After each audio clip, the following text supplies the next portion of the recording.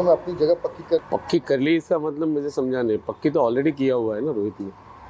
World का best wide ball batsman तो पहले से है, तो जितने रिकॉर्ड्स उसने किए उससे अलावा किसी ने रिकॉर्ड किए ही नहीं, तो पक्की तो कर ही ली है ना। खिलाड़ी बन गए हैं जिन्होंने 50 अंतर्राष्ट्रीय शतक लगाए, जो बतौर कोच जिसने उन्हें शुरुआत से देखा है, ये पल आपके लिए कितना खास है? बहुत ही खास है, बिकॉज कि अभी फिलहाल तो उसके बारे में बहुत ही चर्चा हो रही थी। रोहित शर्मा को अभी बंद करना चाहिए क्रिकेट, अभी तो परफॉर्मेंस नहीं हो रहा है, बट उसने दिखाया है। लास्ट मैच में उन्होंने 73 रन की पारी खेली, उसके बाद आज 116 रन की पारी, 120 रन की पारी खेली, तो उन्होंने बता दिया कि मैं एक अच्छा ही बल्लेबाज हूँ और देश के लिए खेलने वाले बल्लेबाज हूँ। सर, बचपन से अनुशासन और धैर्य है, क्या यही गुण उन्हें 50 अंतर्राष्ट्रीय शतक तक पहुंचाने में सबसे बड़ी ताकत रही? डेफिनेटली, क्योंकि मैंने कहा ना कि जो कॉन्फिडेंस उसके पास है, यानी अपने आप पर उसको जो भरोसा है, वो भरोसे के बावजूद उसने ये सब परफॉर्मेंस किया। ऐसे नहीं अब 50 अंतर्राष्ट्रीय शतक है, इस पल को आप भारतीय क्रिकेट के लिए कितना अहम मानते हैं? बहुत ही अहम है। मुझे लगता है कि विराट के बारे में बहुत ही गंदी चर्चा हो रही थी, बहुत सारे लोग कुछ बोल रहे थे।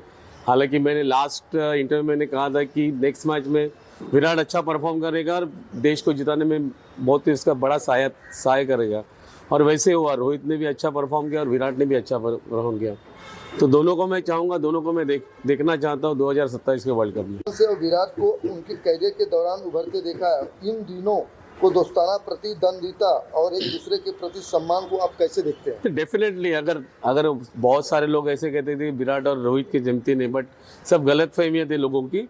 अगर नहीं जमते थे तो दोनों ने इतने रिकॉर्ड्स नहीं किए, तो दोनों ने अपने देश के लिए मैच जिता के नहीं दिए होते, और दोनों की पार्टनरशिप नहीं होती, तो बहुत गलत फहमियाँ थी। बहुत ही अच्छे दोस्त हैं और देश के लिए खेलने वाले दोस्त हैं।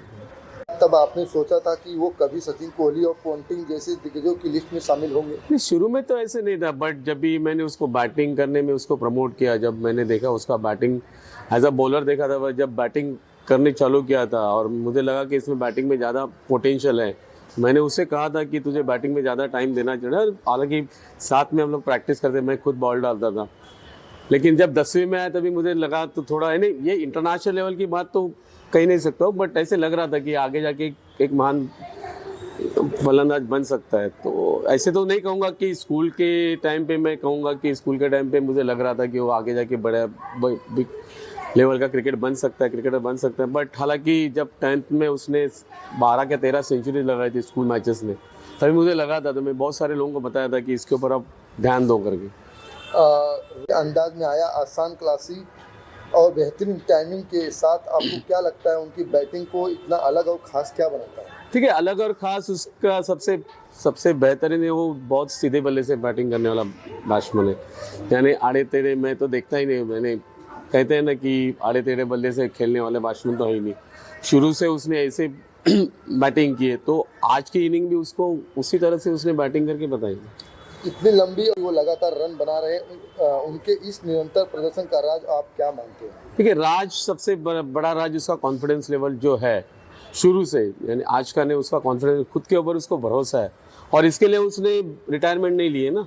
वो चाहता है कि मैं 2027 का वर्ल्ड कप खेलूँ और जीत के उसके बाद में रिटायरमेंट लूँ, तो उसकी तैयारी कर रहा है वो।